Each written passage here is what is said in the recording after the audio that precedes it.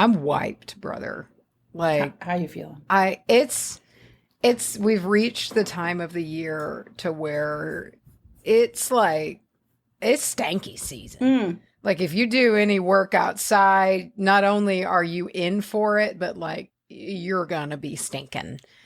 And you are in for it. I did a bunch of, I am in for it. And I did a bunch of stinking work today and basically had enough time to get home, hop in the shower, and throw on clean clothes and be before you today. But let me tell you something. Yes. I was just going to say, you said the same thing yesterday before the live. You were just like, I know. I'm doing a lot of stinky outside work, jobs with Macy Fraser. Stinky jobs. Yes, exactly. And I don't really, let me tell you, I packed the most beautiful truck bed I thought you were going to say bowl. No, truck bed, dude. Because helping a friend move today. And so like dude. You Tetris real beautiful. Good. I'm so devastated. I meant to take a picture of it. Like the fact that the tail bed could still like clicked close and it was all so organized and it was just so beautiful and tied down and everything. And I was like, look at that. Look at that. Oh, mwah. Yeah. Got there safe. You know when you do a bad job packing. You like feel it. You're like, yeah, you can't rest easy. Yeah, like this was, dude, I don't really like moving. I like to help other people move. And in particular, I like to load people up or unload people. Like that's my favorite part. I don't want to help you pack. I want to help you put the shit into spaces like Tetris so I can shine. Because that's my gift. Understandable. Yeah. My gift, it was beautiful, would be in packing, I think, to just an over meticulous level of genres and subgenres of boxes. Yeah, I do. One of my favorite parts is writing on the boxes with a big old fat marker and being like, you are this. And it's so satisfying. I don't know why, but it is. I like writing fragile on every surface of a box that has anything delicate in it at all. It's fun. Fragile. Lean in. Whoa. One of my neighbors is having a spirited conversation. Or could be a spirit. But if you hear murmuring, it's not ghosts. It's apartment life, baby. It's not fuckery like last week's episode. I guess we should talk about it. Yeah. Hi, guys. That wasn't a joke. We didn't do that. No. We didn't do that. And I want to say it's not the first issue we had with that episode. Technologically. Oh my God. It was a nightmare. It is still not fixed for some people. So if your episode still shows it's only an hour and 5, and even when you hit play, it doesn't do the whole thing, go to wbahpodcast.com. Yeah, wbahpodcast.com. I don't know. That website is a cesspool. But it should still be there. It should be there. It'll be under archives at this point, I think. But yeah. But it should be there. Also, I saw a lot of people.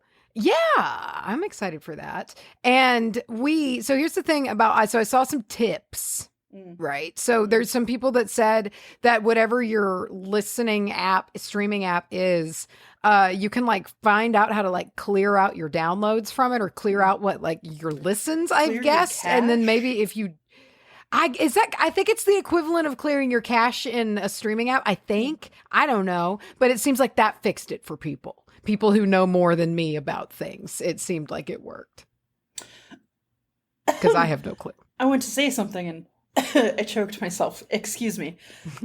Oh boy. I coughed out whatever I was going to say, but yeah, we, of course, had issues with the MIB episode. So that was fun. That's a little fun reminder that truly they are listening and they fuck with you.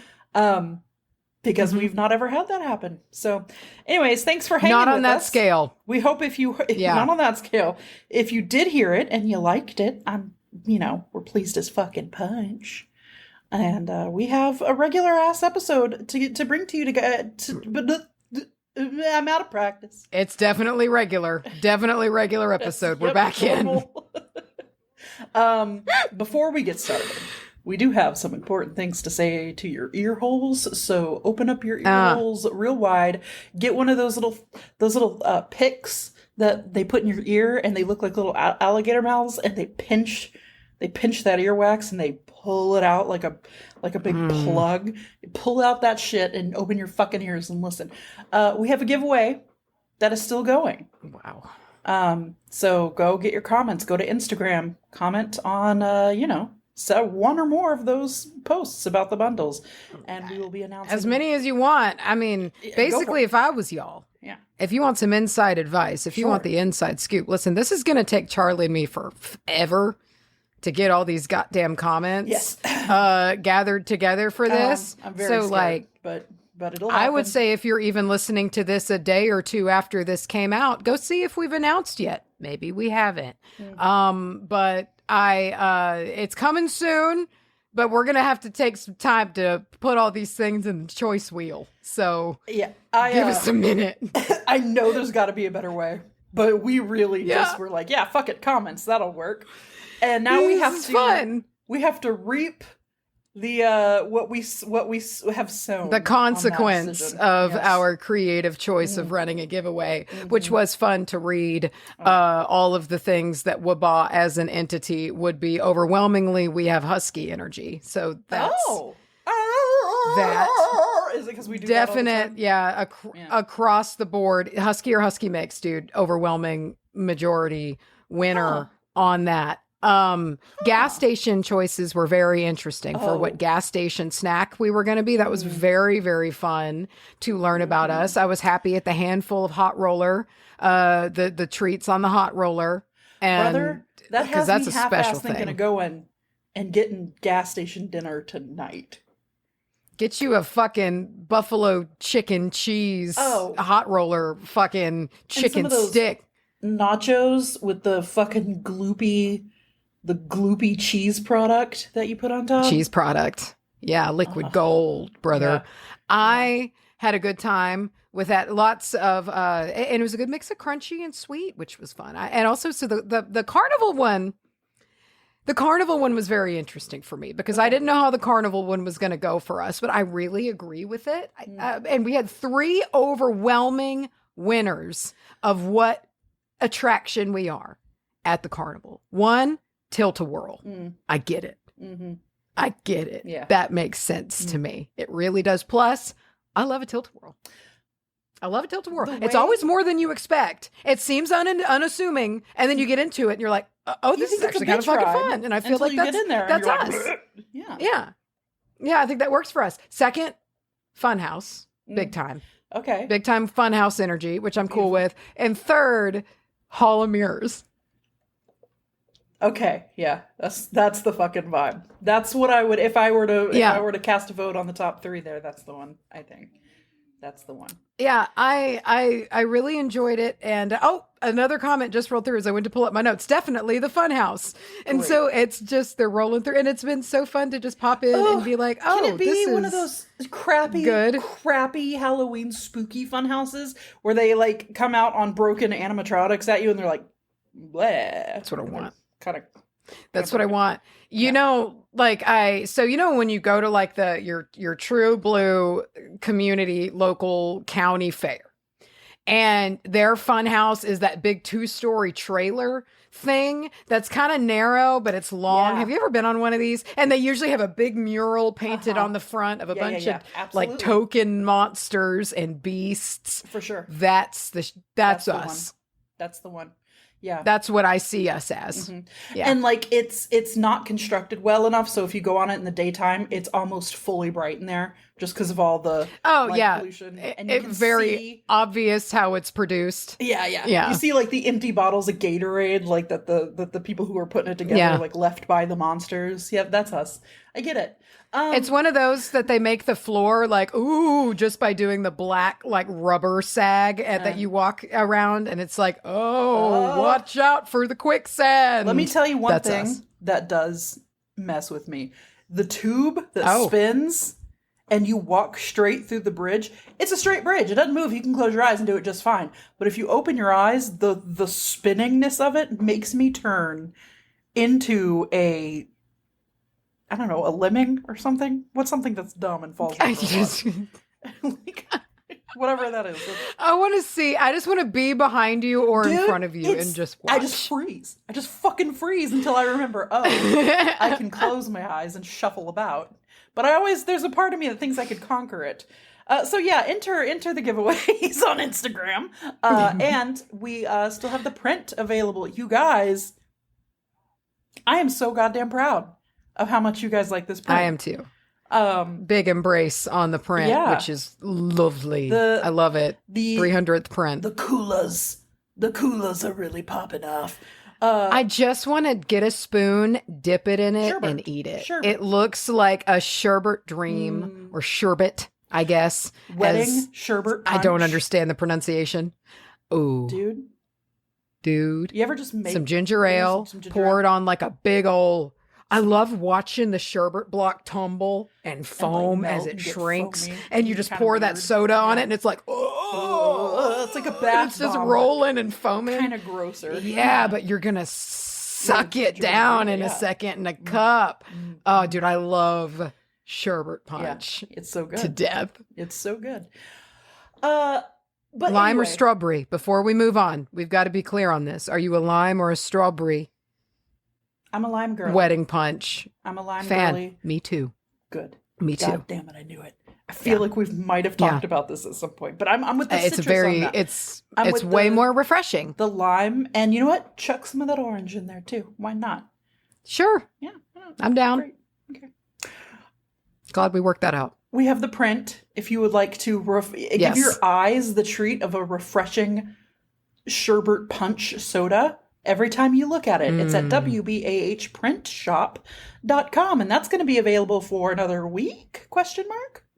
I got the date on the website. Yeah, it's on there. I'll tell you here if you give me one hot second. I don't remember what we said it as, but my stuff is locked down tighter than a jug. Is that something you say? Down tight.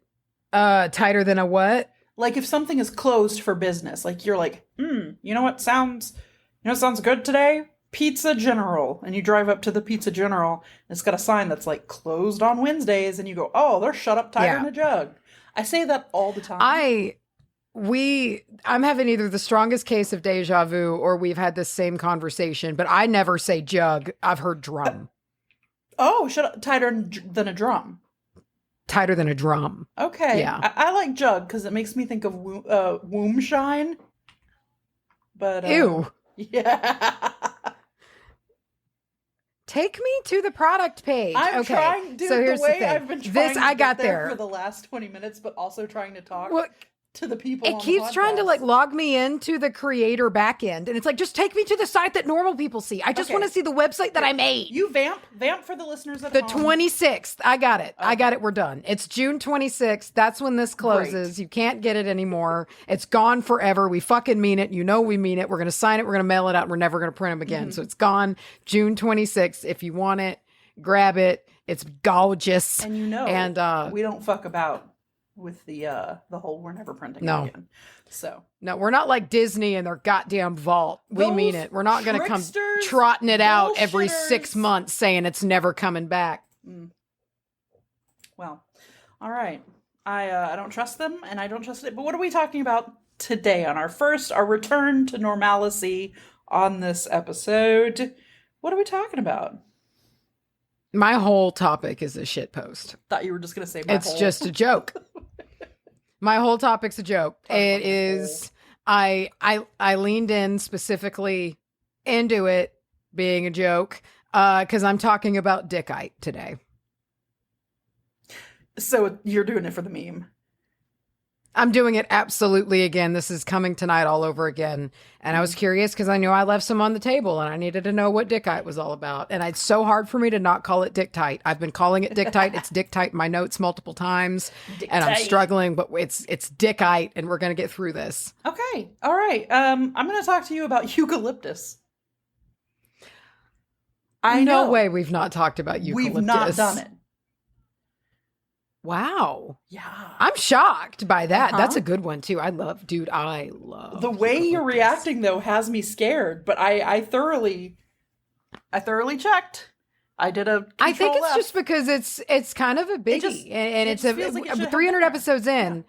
When we get a biggie still, it's like, oh shit. Like that's kind of a run of the mill one. Quartz or rosemary yet. It's just big. Like eucalyptus oil is huge. Yeah. No, I'm excited about this because I don't know much about eucalyptus other than koala bears. Huge. Massive. But hey, speaking of eucalyptus and koala bears, why did the koala bear get a job at the eucalyptus factory? I don't know, Charlie. Why did the koala bear get a job at the eucalyptus factory? Because he had all of the qualifications. That's cute. I like it. That sounds like that's a Laffy Taffy joke, though, if I've ever heard it. Sorry, you said Laffy Taffy, and my millennial brain went, shake that Laffy Taffy! Okay. Who went last time?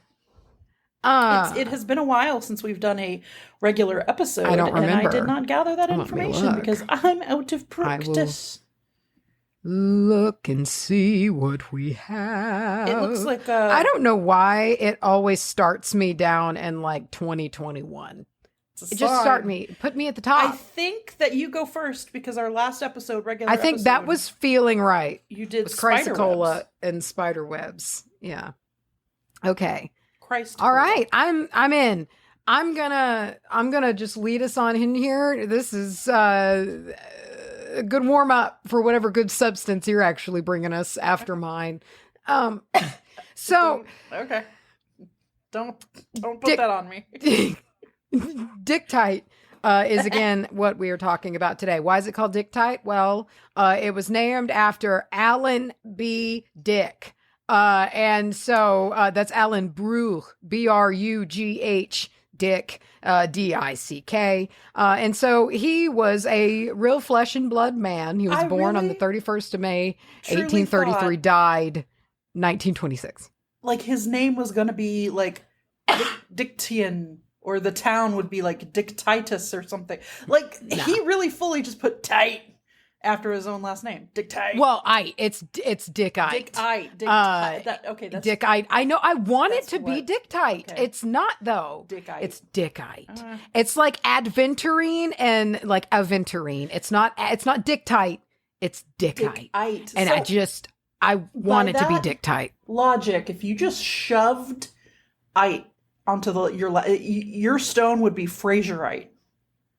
I'd be Michelleite. Yeah. That's so dumb to me. How do you listen to that and go, I can come up with better? Well, before we're too hard on Alan B. Dick, let's pause to be hard and on this. We'll come back. We'll come back to this because we'll wait on this, okay? So who was this guy? So he was a Scottish metallurgical chemist who first described this mineral, like in a field study, found it, described it. And here's the thing. Alan B. Dick did not name the mineral after himself. Okay. He did not give it this name. He's got a pass. So he spared the ire that we usually give people who name shit after themselves. He didn't do it. Okay, good. Good for him. Good for you, buddy. So Alan. It was actually named posthumously. He was a dead man by the time it was named. So while he was the first to describe it, he didn't actually determine what it was. That didn't happen until 1931. And so he passed in 1926. So in 1931, these two cats, Clarence S. Ross and Paul F. Kerr, took a good look at the mineral again. I don't know if they put it under a microscope or they poked it. I don't know what they do that lets them, what geologists, mineralogists do, but they realized this is different from other known minerals in the kaolinite family. And so they named it after the first person to describe the mineral, which was Alan B. Dick. Hence, Dickite. I love that we could just describe things and then maybe eventually get them named after us. Maybe you get a name. See, let that be a lesson to you. Just let it out. Just say things. Access your inner Gemini. You literally never know where it could take you or what it could cement you in the volumes of history forever. Yeah. Write it down. With your own rock. Write it down. It's a good idea. And have your name written on the front. This private. Something. A little bit of credit. Yeah. Ever tell you about the time I asked my mom how to spell the word private, but I was writing in my journal as like a 9-year-old kid. So I was just writing in my journal and I was like, Mom, how do you spell private? And she's like, what the fuck? What are you writing? But I just wanted to write the word private across the front. Private, keep out of my journal. You can't read. But as a parent, I can totally understand. Just like, I think I need. Do I need to come look? I need to look at that. Do I need to come fold laundry adjacent to you behind you and look over your shoulder and check while you're writing? In the way that kids will never know that they're actually being looked after. Clueless. Okay, I'm sorry. Zip. I've got a fun document for you. So, Dickite. It was named after that guy, and so. With this, I found on accident, their publication. I found Clarence S. Ross and Paul F. Kerr's publication that was on January 1st, 1930 in the American Mineralogist magazine, I guess. And it's titled Dickite, a Kaolin Mineral. And great. Here's where we go. And here's where we learn why and how they named it that. So here we go. The clay minerals have been under investigation in the laboratories of the U.S. Geological Survey, the U.S. National Museum, and Columbia University for several years. The study of the kaolin group of clay minerals has been completed and a detailed report submitted for publication by the U.S. Geological Survey. This investigation has indicated the necessity of proposing one new mineral name for the kaolin mineral whose type, locality, is Almwich Island of Anglesey, which seems advisable to make immediately available to mineralogists. The study of the Anglesey mineral by Alan B. Dick work so carefully done that the present paper adds no essential details, suggests the propriety of the name Dickite for this kaolin mineral. So there you go. That was the abstract. I had to look it up because just because I wanted to, something you said spurred me to go I wonder what this looks like. Oh, the clay mineral thing. I was like, what is a clay mineral? Yeah. I'm intrigued because sometimes it just looks like a rock, but there's also complete cabochons or larger crystals. Questions about some of these, and some of them look like a stack of paper, like the part you'd flip. I like those. I like those. I like those a lot. And so this was first described in 1888 in Wells. So that's when Alan B. Dick did his field study. It seems it was in 1888 in Wales. But Dickite gets around, and it appears in locations with similar qualities or quantities, and it's found in China, Jamaica, France, Germany, United Kingdom, United States, Italy, Belgium, Canada, all over the goddamn place. It's from a lot of different places. And here's some just facts for you. Just some facts. Give me some fun facts. So one, generally, it is if we're talking about color, it is white or brown, an earthy color, often found embedded in many other minerals, such as quartz. And I was giggling the whole time doing this. I was like, it's embedded in all the other minerals. It was a lot of fun for me. Dickite sounds like an insult you would give to a dude with a smaller ding-dong. Dickite. Dickite is soft. Aww. It is soft. So on the scale, it's only, I saw a range of 1.5 to 2.5. Sometimes it was 1.5 to 2, sometimes 2 to 2.5. Love it. It's soft. And it leaves a white streak and it has a pearly luster.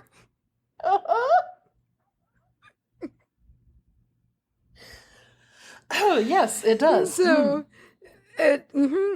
and so full on. So what's the chemical composition? This is a big, long. It's an aluminum silicate hydroxide. That's what Dickite is apparently, and it's a member of the kaolinite subgroup, which is the kaolinite serpentine group. Apparently, they're one big happy family, I guess. And so, Dickite is a clay mineral, and it has the same formula as kaolin clay, nacrite and halloysite, but it's got a different crystalline structure. So it's like they're made of the same stuff, but they're built different, is how I understand it. So same bits, different structure. All right. is the thing there. So apparently it requires like an X-ray to positively identify them all apart from each other. They are pretty similar, which is why it seems it took a hot second to like figure it out. You know, seems like they're really just not even that different then. They don't seem to be that different then. Yeah. And it's easily overlooked because, you know, like in the sense that it's hard to positively identify it.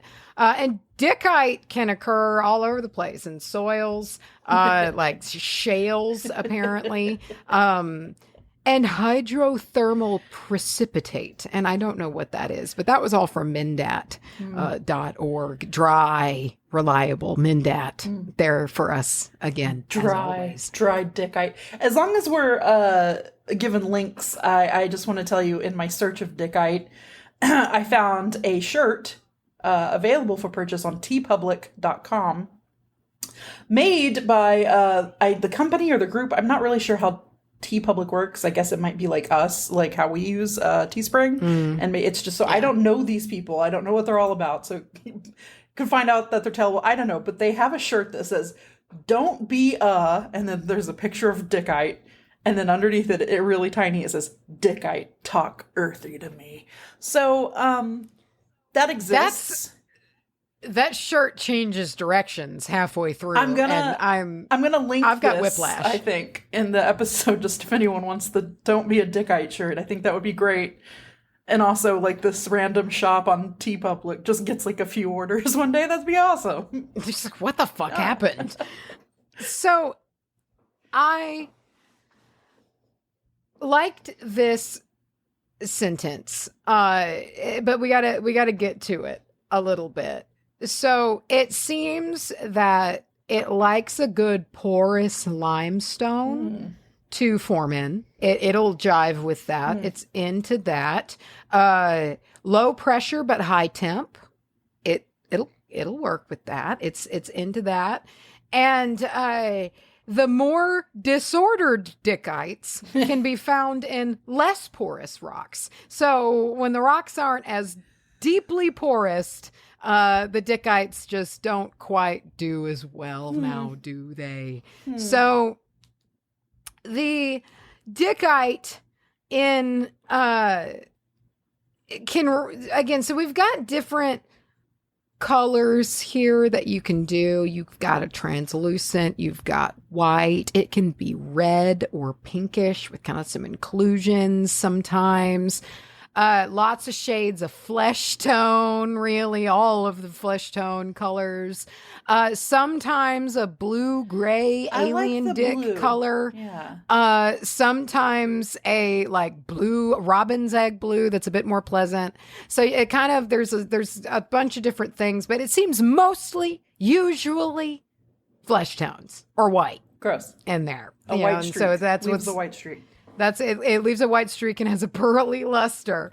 And so, I just thought this was, just very, descriptive.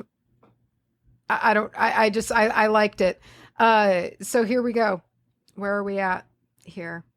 So it's talking about, like certain zones, right? And how certain zones produce different kind of dickites and, different inclusions and other minerals in it kind of gets in there and makes its own special sauce.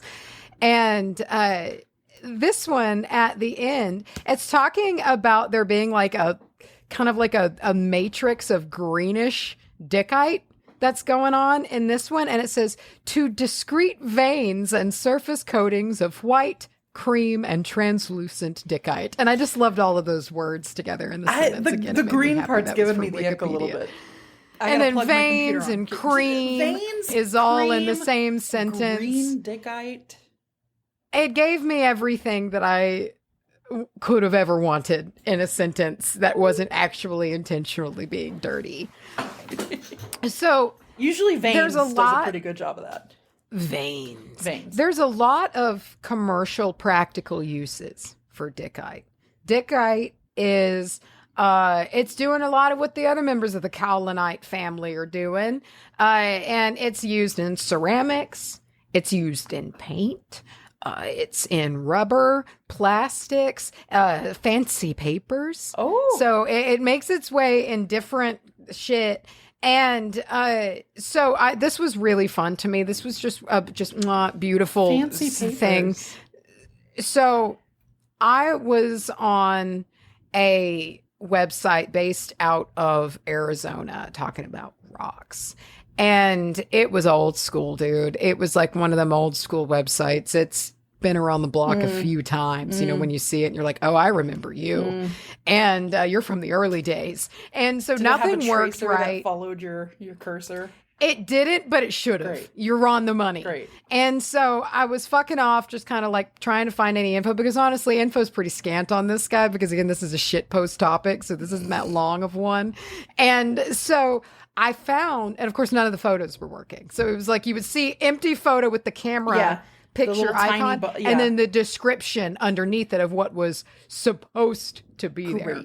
And so what I could not see was titled porcelaneous, pure white, massive dickite. And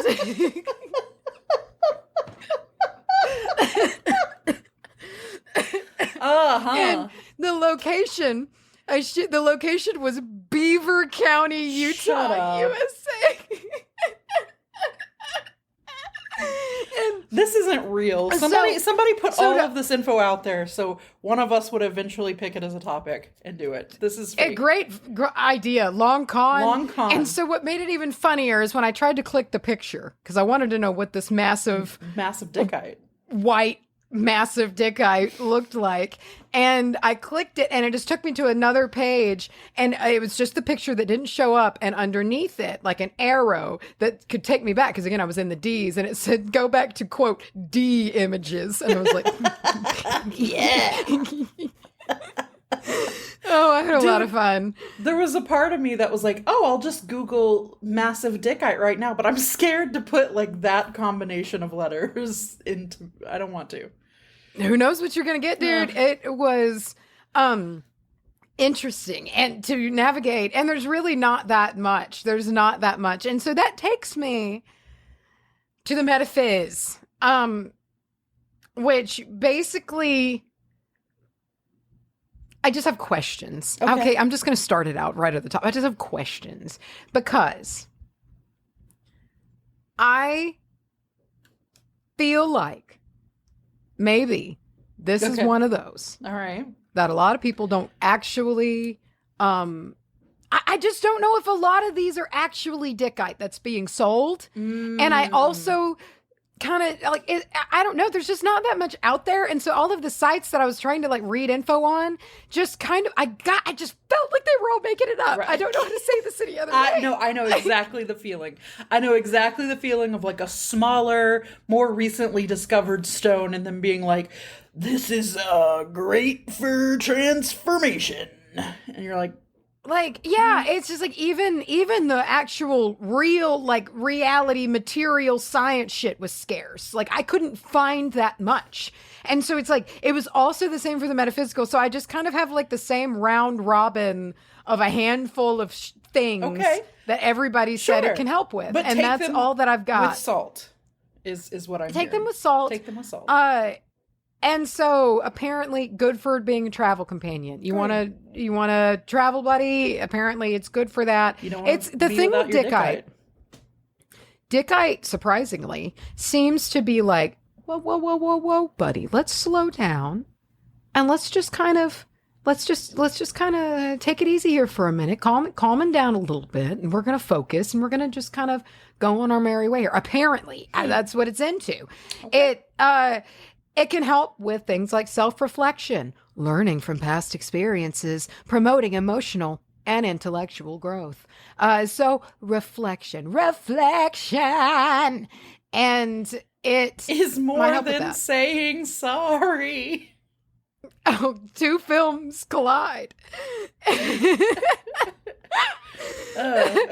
And so it's all right. So apparently it's really good. You need to study. You need to get that proposal finished or whatever work slang you want to use for your big job. You need to get that done. Apparently stuff. Yeah, it's fine for that. Apparently it likes that. And meditation, the same. If you would, again, it's that focusing element, slowing down. Old stuff. Nice. It's just mindfulness, stuff like that. It likes to give that sense of calm and being composed amongst chaos, if there is chaos, which generally there is. And so I found this listing on Etsy, just really good, fun title for the product. Love it. Listing, And so we have Dickite - rough, raw, natural.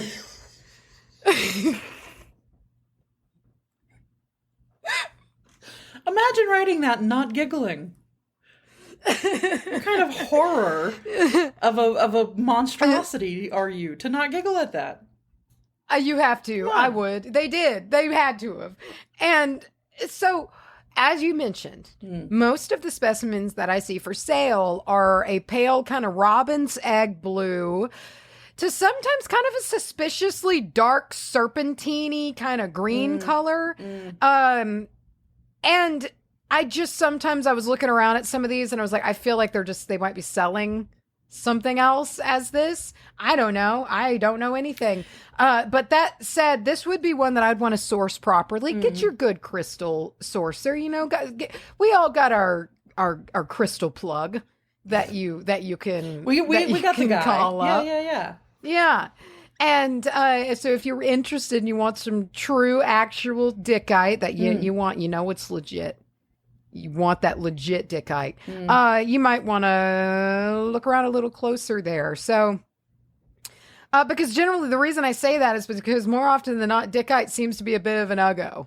Or mid at best. And some of these I just feel like look a bit too pretty. Yeah. Considering how most of the scientific based sources don't portray it that way. And I know there's gem quality differences and things like that, but I just didn't see as many colors in the ones that looked like that in any of like the shit that I saw anywhere else. Right. So that's what makes me suspicious, but it could just be a coincidence and it just worked out that way. I don't know, but it made me a little sus. So it is also soft as fuck. So you likely won't see the colorful ones in jewelry. I did find a blue cab. Yeah, that big from Madagascar. Yeah, and it's a Madagascar blue Dickite cab. And in the description, it says like handle with care. Like, yeah, this is a cab, but it really shouldn't be. It's Dickite. It's soft. This is probably a bad idea. And so like it doesn't really need to be jewelry. It'll leave a white streak. You got to be careful with it. And what does that mean? What is it? If you like rub it on like black paper or something, it literally will leave a white streak. Like it'll leave a white streak behind. Like when you were a kid and you'd like pick up a rock or most likely a chunk of concrete and you would like scratch on more concrete. Yeah. Did y'all have like a big open blazing black top too at y'all's school that you would do that on? Oh, absolutely. We did too. Yeah. Hot. I learned how to use a pogo stick on that son of a bitch. Did you? Yeah, I was good at it. I heard the word hump for the first time on a blacktop like that. Hell yeah. And soon, man, that became one that we used the hell out of that in Mad Libs shortly after. Absolutely. So that paid out. That paid off that day. They have no idea that was useful. with that kid who was just regurgitating what they heard their older siblings say. They have no idea what they the started. cycle just continues. Keeps going. Yeah. So I found some research documents that did show some pretty cool looking red specimens. Ooh. So I don't know, guys. As I said earlier, it takes an X-ray or whatever to identify it. So we don't have who one the of fuck those. knows? So I don't have one of those. But apparently, if you do, it'll help you tell what Dickite is, and if you got Dickite, it'll help you study. So that's cool. That's Dickite. That's what I have for you today. I loved it. I loved every minute of it. I teeheed in a way that, you know what? I'm not even embarrassed about. You shouldn't be. I was going to be like, it's not our fault. I was embarrassed. It's not our fault. No. It's named Dickite. Nothing's our fault. We didn't do that. First of all. No. Second of all, we didn't name it goddamn penisite. Okay. I'm going to talk to you. Oh, wait. Hold on. What's that? We have an ad coming to you today from It's Us, WBAH.com. Check out our Patreon, wbah.com/Patreon or something like that. You'll find it. And help us put food in our mouths and clothes on our backs and get simp cap and all that shit. Back to the show. We got a bunch of shit going on. We're back in B-Town. Yeah. We're in B-Town right now. Yes. Bridgerton. Yeah. We got episode 2. For that 4th episode, brother. Everybody's waiting for that 4th episode. If you are in Patreon and you're subscribing, you get the video up too. So you get to watch Charlye, mine and hers faces discuss it. And I cannot wait. I'm the showrunner for that one. I know. So that's going to be a lot of fun. I'm very ready for it. So that's over there. We got lives every Monday in the group. Now boners are back. So bonus apps are back for 10 and 20 tiers, so there's a bunch of shit going on over there. Anyway, I want you to talk to me about eucalyptus. That uke. Yeah. I'm going to talk to you about uke. Listen here. Did you know that eucalyptus is a diverse genus? Nope. It's a diverse genus of flowering trees and shrubs. I did not know that. I always thought eucalyptus was a grass.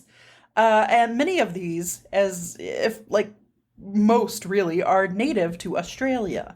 I think a lot of us knew that. You know, they've got the uke down there. Yeah. They've got the koalas that chomp on it. They got the koalas. Yeah. But I bet you didn't know some of these other names that the eucalyptus tree and or bush goes by.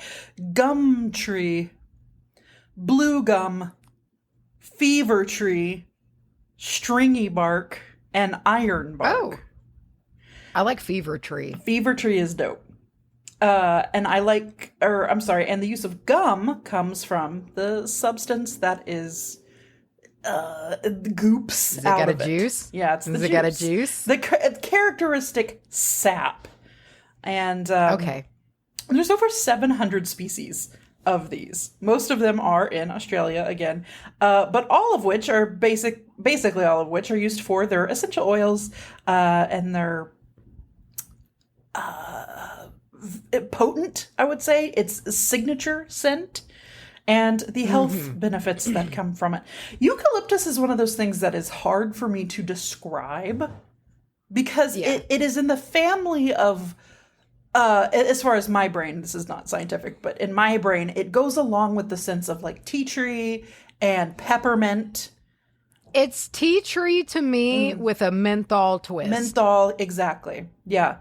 And, but it's hard to explain because I feel like peppermint, you'd be like, oh yes, it's a mint. We all know what that is, but it's so uniquely itself. It's also, it's got big spa vibes a lot of the times. It's got kind of a clean, a watery smell sometimes.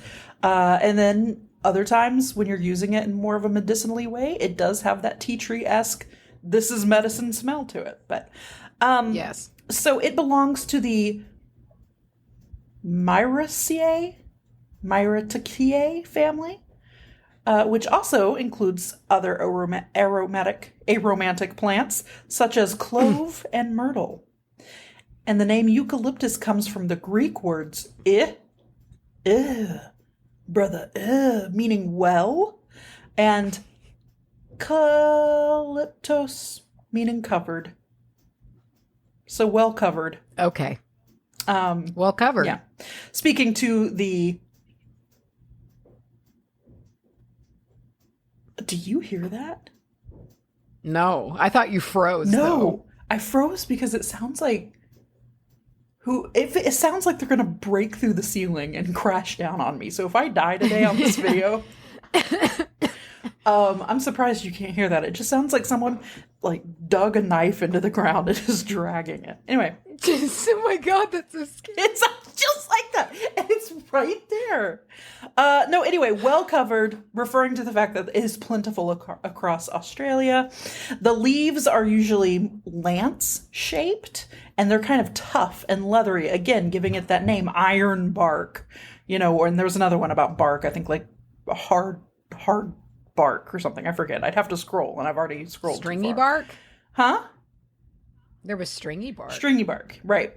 So, yeah, it's smooth, stringy, and leathery. Sorry, that's the word I'm looking for. And when you peel it back, it reveals a more colorful trunk beneath. Have you ever seen a eucalyptus tree? It's like fucking rainbow. No, I think I'm going to look it up. Okay, I'm going to actually look it up because I want to make sure I'm not telling you a lie.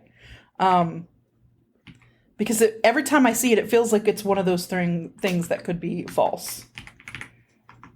Let me look. Yeah, no, that's so fucking tight, dude. Yeah, Ooh, but... how pretty. The bark has a rainbow nature to it. The flowers are usually white, cream, or yellow.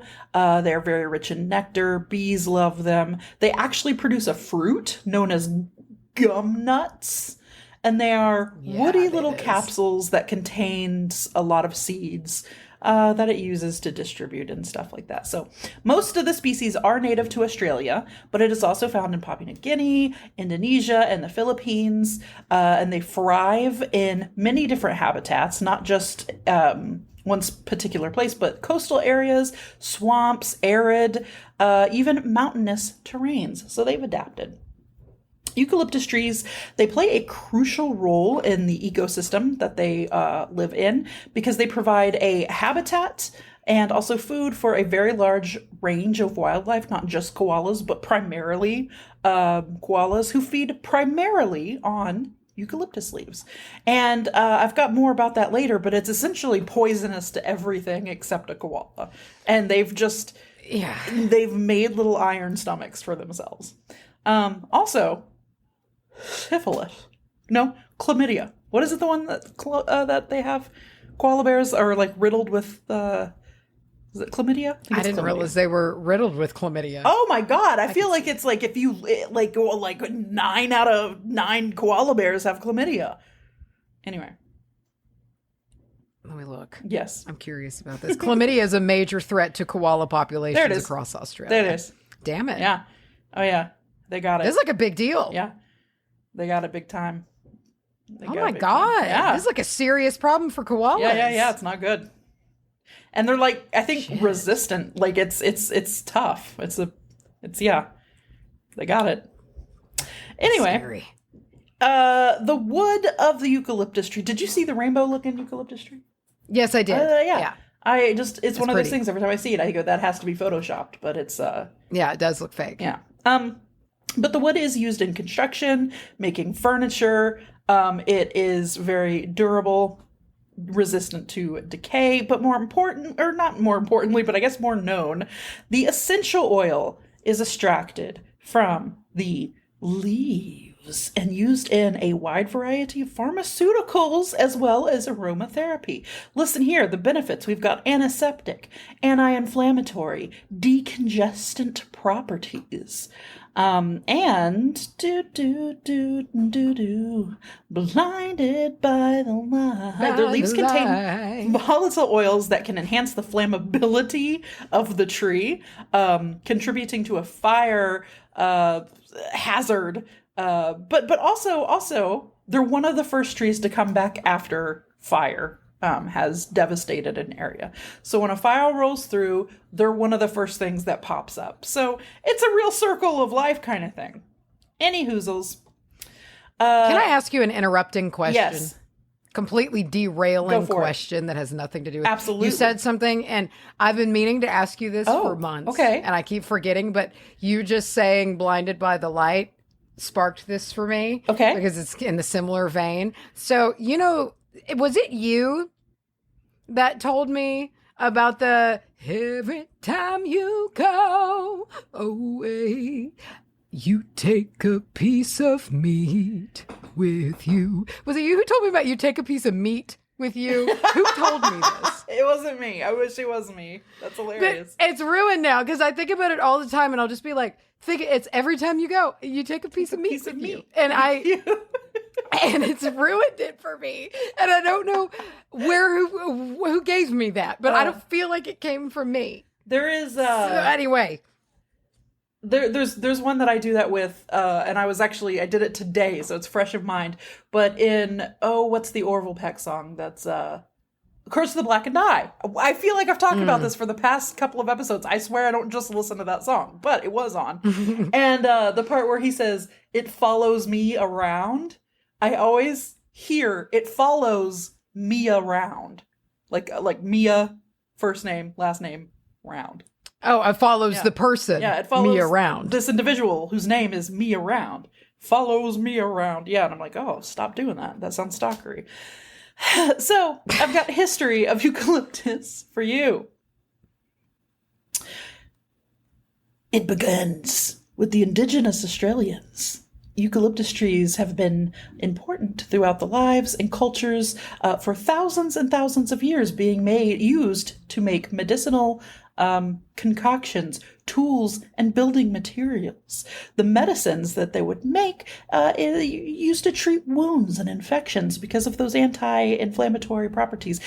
This feels so similar to tea tree oil for me. However, something that this has that the tea tree oil doesn't necessarily have is the benefit of inhaling the steam to relieve respiratory issues. And here we go. My next section is just titled European Discovery. So you can guess what happened. Europeans, first recorded by Western scientists, including, scientists during Captain James Cook's expedition to Australia in 1770. There was a botanist by the name of Joseph Banks and his assistant, Daniel Solander, which I just thought the name Solander was pretty tight. They collected samples and of eucalyptus to document its unique characteristics, and then brought it back to Europe in the late 18th and 19th centuries. Eucalyptus seeds were brought back, and then the trees were grown primarily for ornamental purposes, which I thought was interesting because, it's not really what you do. Anyway. Yeah, they have a lot more value other than just how they look. But they do look cool. Even when they're not all rainbowy, they still, their growth pattern is cool. I like a tree that has, gnarled, branches that shoot out in a bunch of different directions. Yeah. By the mid-19th century, eucalyptus trees were being planted extensively outside of Australia, and in particularly regions that had similar climates. But we're talking these trees, these sons of bitches can be found in California, Southern Europe, Africa, South America. They went on to be a valuable timber for source of fuel and for heat, and places where the native forests had been depleted. Eucalyptus was used in reforestation projects to reclaim swampy or malaria-infested areas because it has such a fast growth and it thrives in poor soils.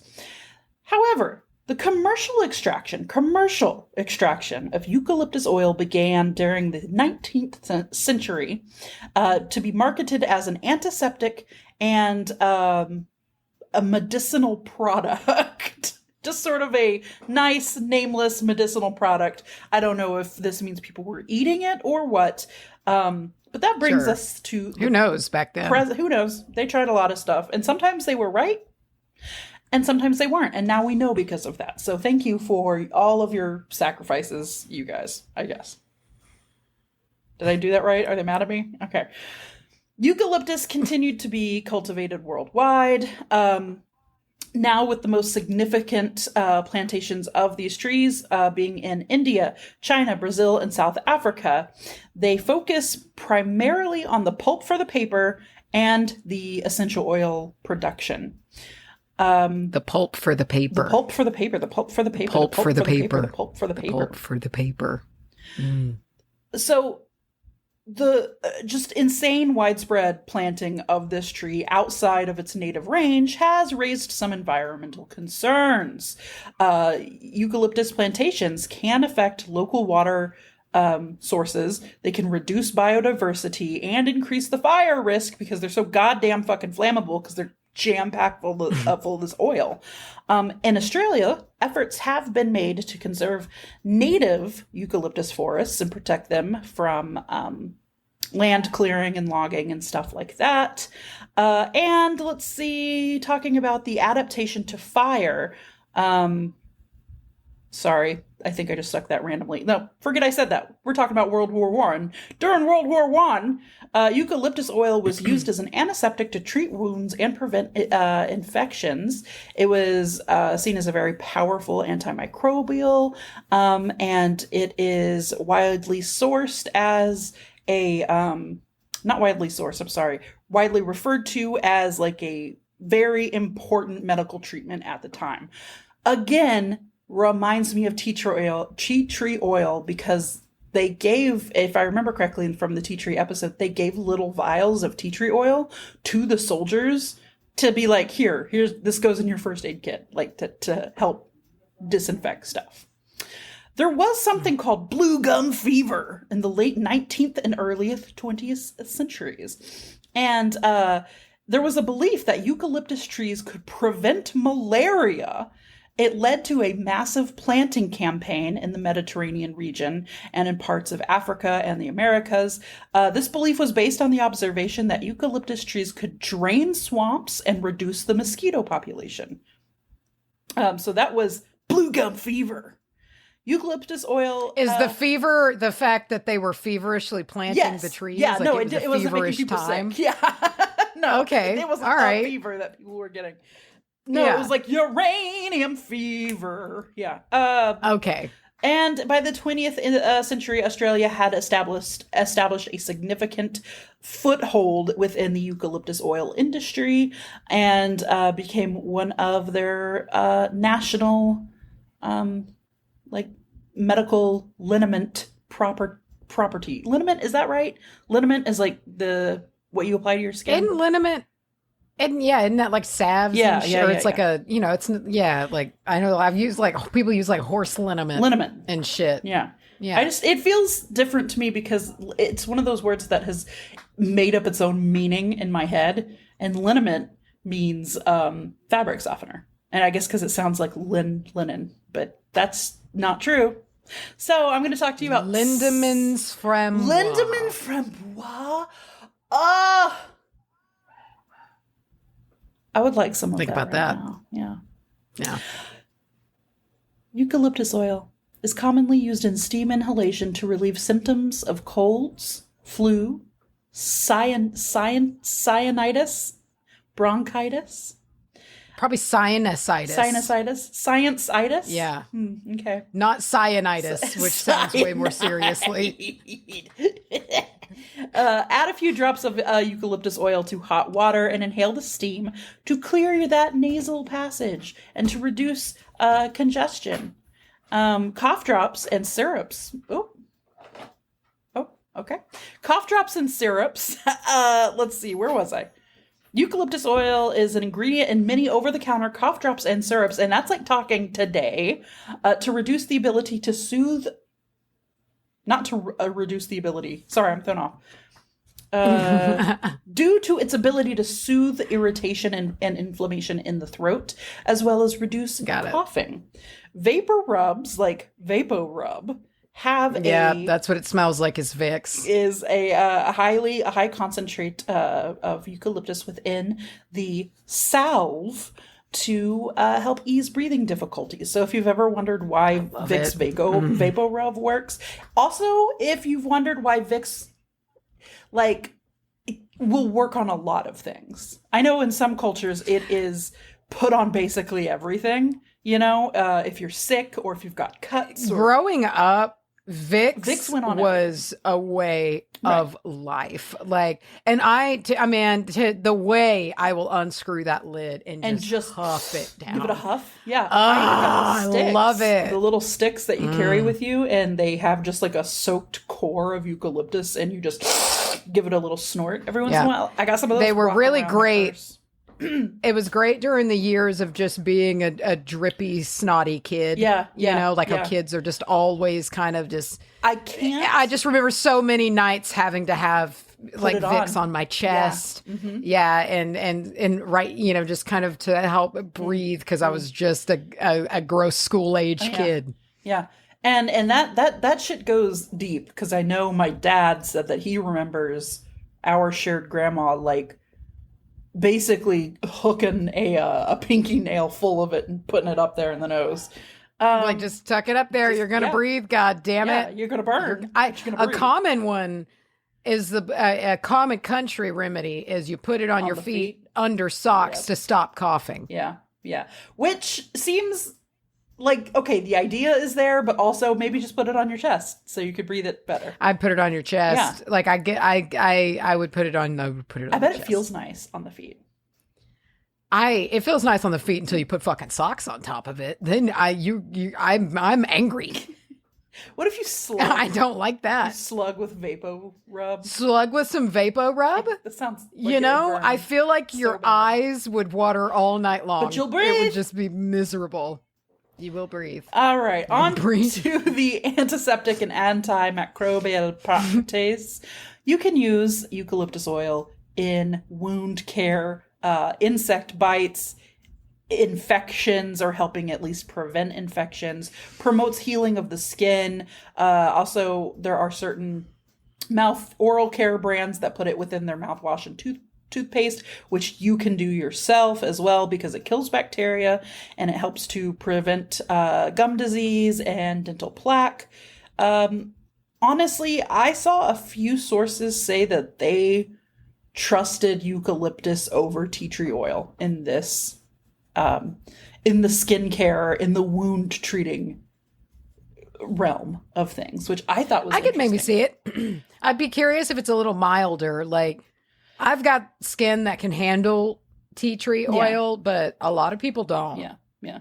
I have no idea. I just, the first time I saw it, I was like, oh, what? No, that's your opinion. You can't unseat the master. Yeah, I have such a hard-on for tea tree oil, though, so I don't, like, really believe in anything else, but I did see a lot of other people say that, too.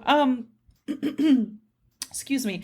I do want to say I did, whilst being a massage therapist, I had a special concoction of oil that I used for, like congestions, achy, colds, that kind of stuff. If you're just like a little grody and, you know, sometimes like a massage helps work that shit through. I had a special blend that I would make that heavily featured eucalyptus oil. And I feel good about that now. I mean, I already knew that it helped at the time, but it also helps. You like knew. Condition. Now I like know for sure that I probably did the right thing. But it's also good if people have, you know, say arthritis, rheumatism. It can help to reduce that pain and swelling, and just general body aches and stuff like that. It's probably not going to be as good as like an icy hot could be, or like an arnica might be. But yeah, I like an arnica. I like arnica. I've come around to the arnica. Yeah. I don't like icy hot because I don't like the cold burn. It feels too much to me, like when you get jalapeno juice on you. Okay. That's what it feels like to me, and I hate that feeling. I can't stand it. But I do like arnica. It works pretty good. Arnica's nice. I also have a bad memory with icy hot. Because it wasn't the icy hot's fault. Did you put it on? It really wasn't. Did you put it on a Bing Bong? Put it up there. I put it on a severe sunburn once. Oh right, I remember. Yes. It's because it was supposed to be like not what it was. It was a misidentification, and it was like given to me. I was like, yeah, this will be good, and it wasn't. And let me tell you, it lingers when you put it on a really, really intense sunburn. And ever since, I think that's part of my jaded opinion of it. Yeah, it was awful. I have met someone in my past, in my days of knowing and meeting people. I knew a young person who said they once put it on their sore spots on their body, didn't wash their hands thoroughly enough, and then indulged in some masturbatory pleasures later, and burned their dick off. And I think about that all the time. And there's a part of me that's like, burn it off. It just falls off. There's a part of me that's like, you know what? I bet you learned to wash your hands that day. But yeah, I mean, I feel like with a lot of essential oils and things like that, like treat them like pepper juice. Yeah. Like they can burn you. Yeah. Like they can burn you to hell and back if you're not careful. Easily they can. And I think sometimes people learn that the hard way when they are like, you're one of those people who thinks essential oils do anything. And it's like, okay, listen, I'm not saying they're going to do everything, but... No, but I'm saying it'll burn you. Yeah, it'll burn you right now. It'll burn you in front of my eyes right now while I watch. While your eyes water, and I go...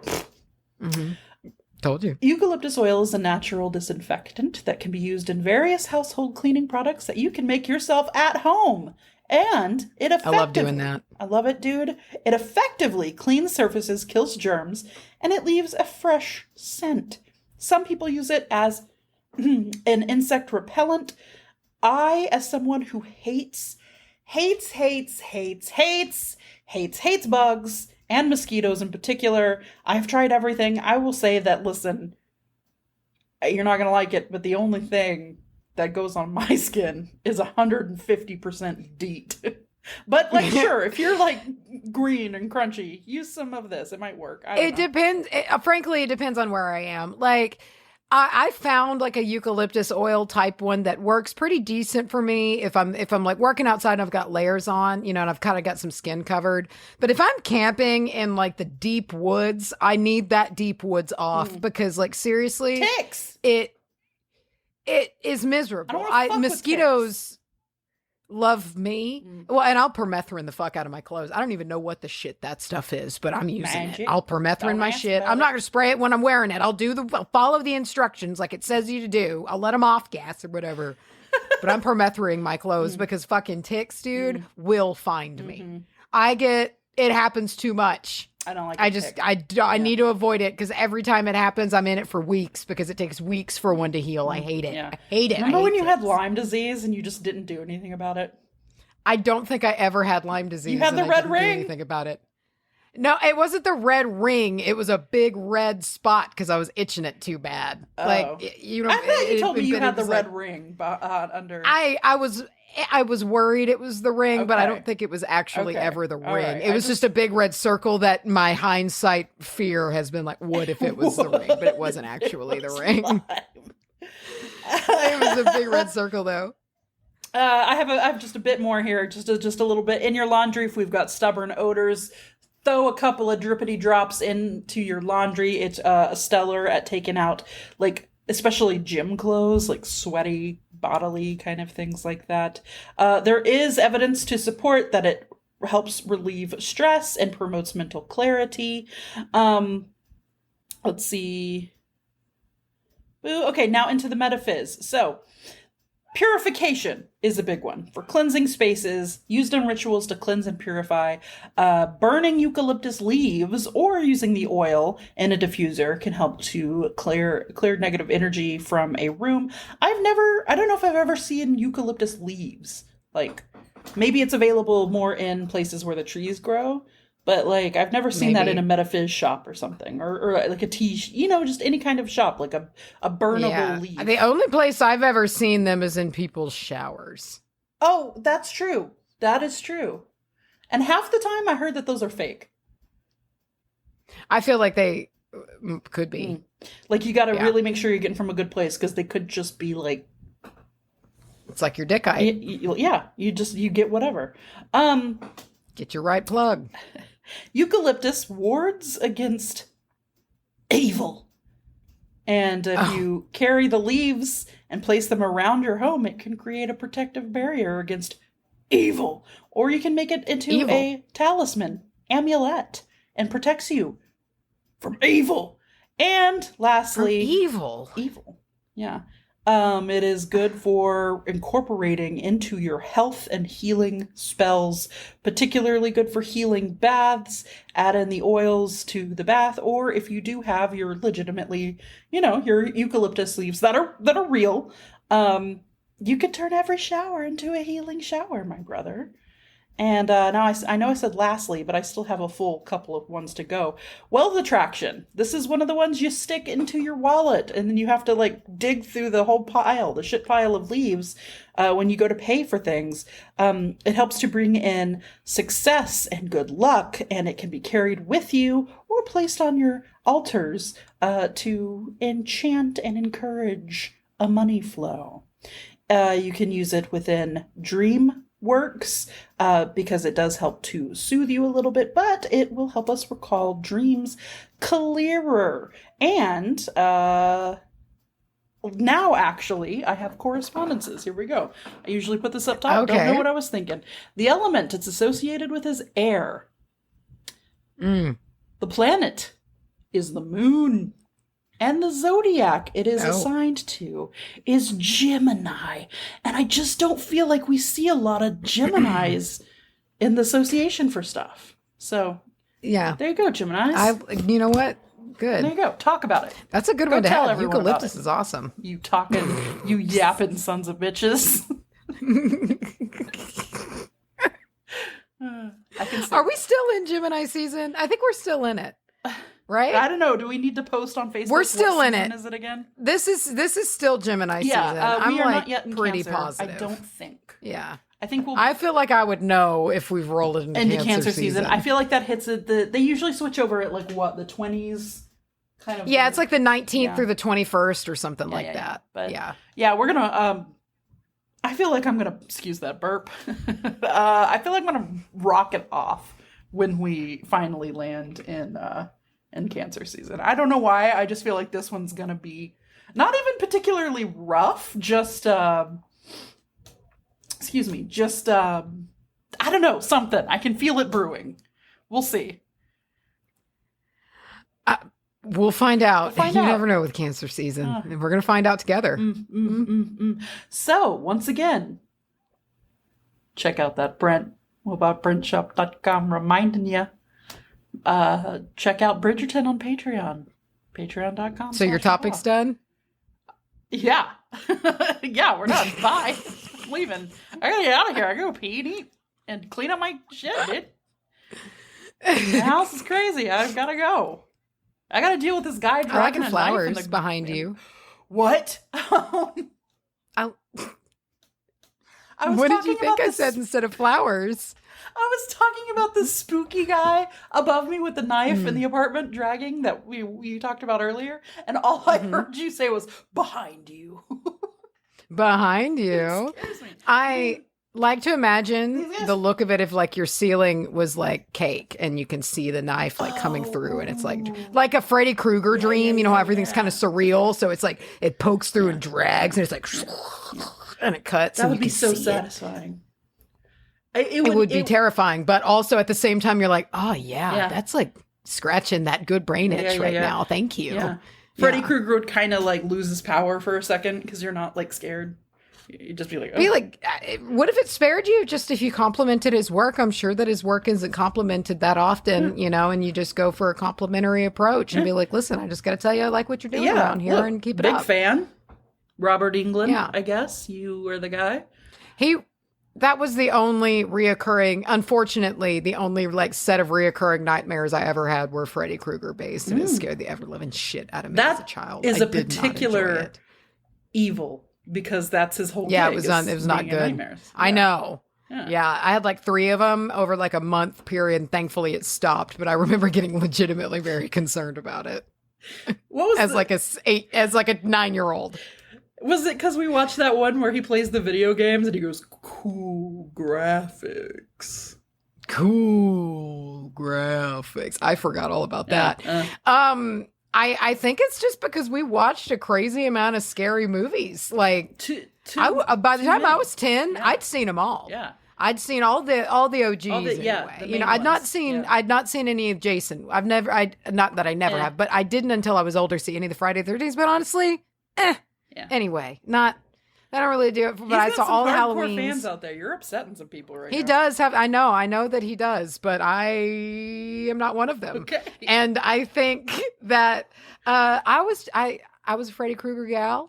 I'm also same. I'm a Michael Myers gal. Same. I think he's the most effective. I think he is the most effective because he didn't say a fucking word, and he's it's that Pepe Le Pew energy, and it's very effective. And I'm the most attracted to him. I mean, yeah, absolutely. I hate it, but it's true. Yeah. Him and Ghostface. It's true. I'm just saying.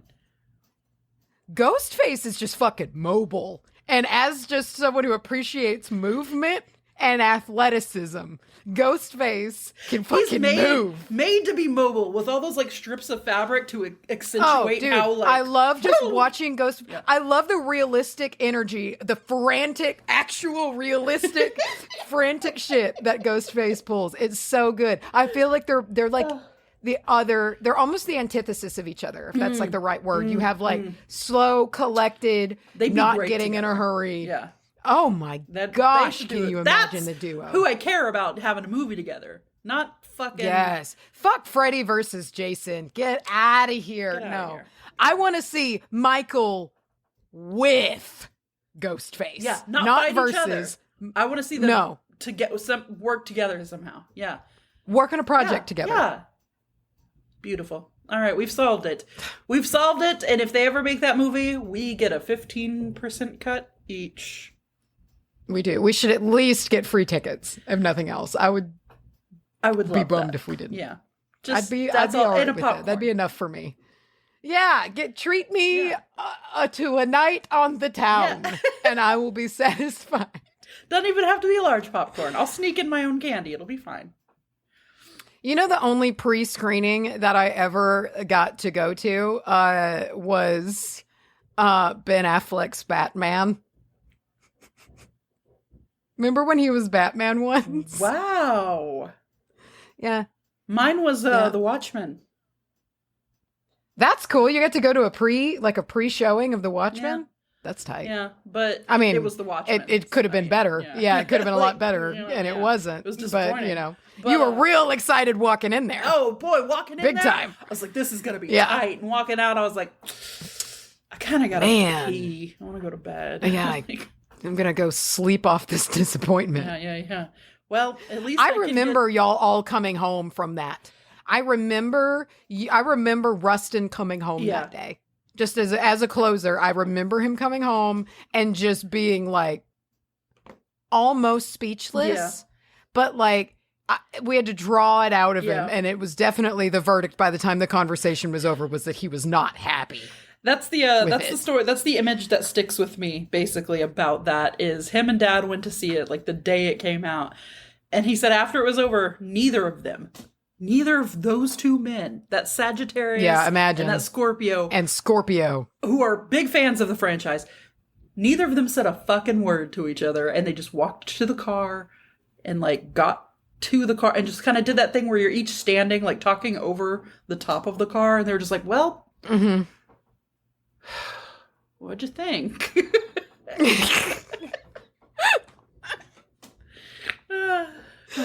Oh my God. Yeah. Wow. All okay. Right. That's all I have I'm out of here. About that. I'm leaving now. Yeah. I'm hitting stop in 3, 2, 1, goodbye.